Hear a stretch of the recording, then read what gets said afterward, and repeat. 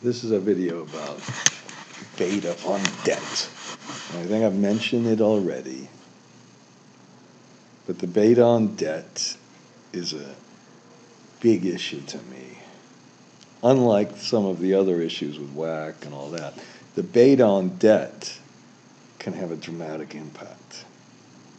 Now, in order to kind of illustrate the final impact, and I suppose, or final effect, I'm not supposed to say impact. Here, I'm just going to kind of show you what happens. This is, let's do the one with a tax case. So in this situation, we could do what is typically done, put a 0.1 beta in here. And I'm not going to go through all the calculations right now, but when you do this, you get a standard result. And the standard result is the cost of equity on the cost of equity dramatically increases as you increase the debt in the capital structure. Now, give me a second. I'm going to find an article that demonstrates. Sorry about the delay. I guess you didn't get a delay, but this is kind of typical thing you see. Debt is costing 11, and then you see the cost of equity increasing. You have a nice few little formulas here, and who did this? Somebody from the Kennedy Center, okay? By the way, look at this joke. Look at all these different competing theories for calculating the tax shield. Oh my God! What is this? What a telling bunch of crap! Oh God! Sorry about that. Now, we're going to prove things again. Now, this is kind of what you get. It's not as extreme as what I just showed you in the paper. Now, if we change it, and instead of having a constant beta, we recognize something very basic. Something very basic, that when you change the debt to capital, the beta changes. Now, let me see. Let's put a different business risk here. Just a minute. Here we go. Okay, so we start with a low beta of debt, and look how much lower the variation is on the in the cost of capital. Now, if we change some of the assumptions about how the beta comes, the beta of debt changes, and I'm going to demonstrate that I think this is totally legitimate, you can get a negative cost of equity. Now, here's why. It's not some crazy assumption.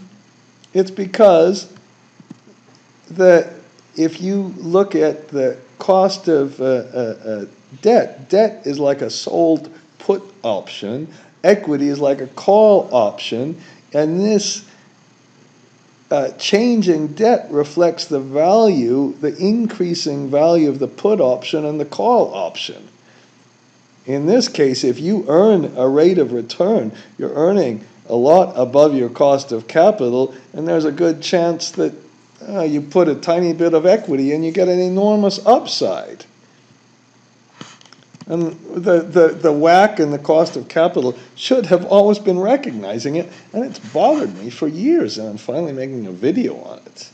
Now, if you want to illustrate this a little bit, in Chapter 1, one of these things I haven't looked at in so long, I have a credit analysis and the Merton model. This Merton model, I have the Merton model here, and look, it's in the old Excel. I think I have something called Merton Model Illustration. And basically, what this shows you, I should have an illustration. I go through the Black-Scholes model and how to compute that and everything else. But if you essentially increase the volatility, that means we have a higher credit spread. That the amount of this credit spread is directly related to it's computed indeed as a sold put option. If we have lower volatility, we have a lower credit spread, and so on and so forth. Okay, and if you have a higher leverage, then you have a higher credit spread. If you have a low, ooh, that's too low. Let's put it at 50%.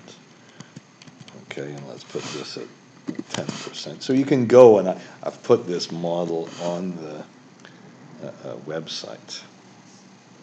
Okay, another thing I've put on the website is some discussion about, finance, and in this one, I haven't opened this for so long, I'm a little bit nervous, and I put financial ratios and mathematical credit analysis, and kind of this is this general issue of what's a sold and a selling short and all that stuff. Oh my gosh, I haven't this crap on there. There's a sold put and a call, and this is a sold call option, I guess. This is a sold put option, and this is really what debt is, I hope, because debt, as soon as you get below the value, the enterprise value gets below the value of debt, you lose. At the most you can win. And then we can do the same thing with debt and equity. Some of you have seen this. This is debt payoff, and then we have all these kind of Merton Model assumptions. There's a picture of it, nice pictures and all that. Oh God. Okay, and I suppose I should make another, you can add subordinated debt. I think I'm going to eventually make a video on that, okay? It can help, actually. I use it to kind of illustrate what the probability of default is and all that. Okay, it's behind this KMV model. Enough of that. Whoops, I'm making some other thing on stuff you can buy from my website at a bargain price. Oh my God. And then, so here's what I just was editing this file. So in this page on the website, this time I tried to show you some formulas. And on the formulas, now I'm going to show you how you can derive the credit spread from bond yields. If we have the total interest rate, we can say the interest rate is the risk-free plus the credit spread, or we can say it's the RF plus the equity market risk premium times the beta, so credit spread and this are the same. We put that over here, and that means we move this over here, and the debt beta is the equity, excuse me, just a minute. No, I got that right, of course. The debt beta is the credit spread divided by the equity market risk premium. So if the credit spread is 2%, and the equity market risk premium is 4%, the debt beta is 0.5. I don't know why I put that in. I got to take that bottom thing out. This is wrong. Okay, I'll fix that. Embarrassing. Now, here's the kind of the last thing I'm going to do to introduce this whole business of how important it is to include the debt beta. I'm going to show you one of my favorite things to do, which nobody seems to like, and shoot, I don't understand why. I thought if there is one file on the whole Google Drive and on the whole thing that you would take, it would be this thing called interest rates. And I've modified this stuff, and I'm going to complain about something else. So this is just so fantastic. You just go to the St. Louis Fed. You clear all the sheets. I'm not going to do that. You press get all the series. It updates it for you. And then you can look at one single graph. So I want to look at the triple B credit spread, I can see what the credit spread is, and it's just about 2%. And it's been there since 2004. And if I want to go backwards a little bit more, I can do that. That's a single graph. Isn't that cool? And if I want to compare the double B and the single B credit spread, how about we'll compare the triple A credit spread. Here's a triple A credit spread. And let's compare that to the B credit spread. And you can see the enormous difference. And obviously, if you have more debt in the capital structure, you're going to be starting to get to here versus here. And you can, move these graphs and all the other things. Oops.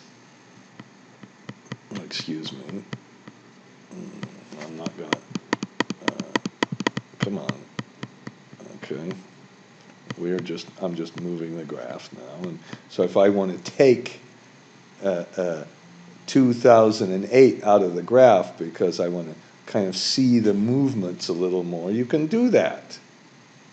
And another thing you could do is if you want to kind of see what kind of interest rate you might pay if you had a triple B bond, you would put the triple B adjusted credit spread, and then you can take let's say we need a 3-year swap rate. We want to fix it for 3 years, and you put an area and it stacks the area, and you can kind of see what the total interest rate you pay. Is that cool or what? I think that's cool. Then the next thing I did is I put the credit spreads just for this video. I put the credit spreads of all of the different kind of ratings on here. And if you're in project finance, you should be looking at triple B, because I think project finance is triple B. Said that a lot. I'm going to make another video on that stuff. And just like the other one, we can, if we want to, just look at this why does nobody like this graph? This stuff, this flexible graph. And then we can use this. Now what I did over here was compute the implied beta on debt for all of these things. And the final one, now, I just think this is just so cool that you can use a list box. So I'm going to clear the list box, and I'm going to just put the double A credit spread in here. And if I want to compare that to the double B and single B, can anybody do that? Can you do that? If you think sorry. Okay. If you think you can do that really well, good for you. But I can tell you, it took me a long time. I have to increase this thing. It's a little bit slow. So just let slowly. Oops, I kind of screwed it up with the dates just now. But you can just add all these things together, and then you can pick any of the interest rate stuff right off. If I want to compare a 2-year treasury to a 1-year treasury, and I wanted to then move this and just have it start in 1988, or even older than that, way above in 1980, because they had more data, and you can see what's happened to this. And if I want to compare that to the 30-year treasury and just focus on that, look, they didn't trade for the 30. Now we've got an enormous spread here, and it was a much smaller spread before. It costs a lot more to lock in debt now. Why wouldn't you want this? I would think this is like the coolest thing, because I used to get this by hand. I remember in school in the I don't want to tell you when, we had to, for some course we had to buy a book that kind of had some of these graphs on. The teacher thought that was great. Okay, so that's what I use. Now the next thing I use together with this is kind of a big file, so I'm gonna close this. The next thing we use is we go to Standard & Poor's. Okay, this is just taking the data that I just showed you, and we have to figure out what's the time period. So we have the much higher credit spreads, and look how high these betas are. Of course, if you put a 10% equity market risk premium, you get along. But if anybody says they think the equity market risk premium is even higher than 4%, they're idiots. I'm sorry, you shouldn't have said that. You might get insulted. Now, Standard & Poor's, they don't do this anymore because they have to get so stupidly confusing. In the old days, well, let's do the very easy one first. And Damaradan did this crap. Now, this is totally wrong. But you can get the debt to capital ratio. This is book, not market. So we really would have to adjust this for the market value of the debt. I know that. Don't yell at me. But essentially, you can get the debt to capital, how the debt to capital, and of course we want to put that in our WACC calculation, so we can put these debt to capital in here, and then we can get the put right here, if it's double A, we just take this one from here and get the double A, single A, triple B, cyclical, blah, blah, blah. I'm going to show you how we can interpolate all of this in another video, but essentially we can get the beta on debt, or at least a rough idea now, to be more sophisticated and actually more correct. Standard & Poor's gives you a business profile, so they say, well, this is the safest and then the riskiest, and I replicated that. So they're AAA, and then we have a range that's low to high for AAA, AA, and all of that, okay? And then depending on this business profile, and there's a little conditional formatting here. You should know how to do that. The conditional formatting simply takes the whole area and says if this equals this, then make a conditional formatting. So if we want to look at that conditional formatting, you see what this is. This says J4 equals M1. M1 is always up here. This is in column J, but it could be 4, 5, 6, 7.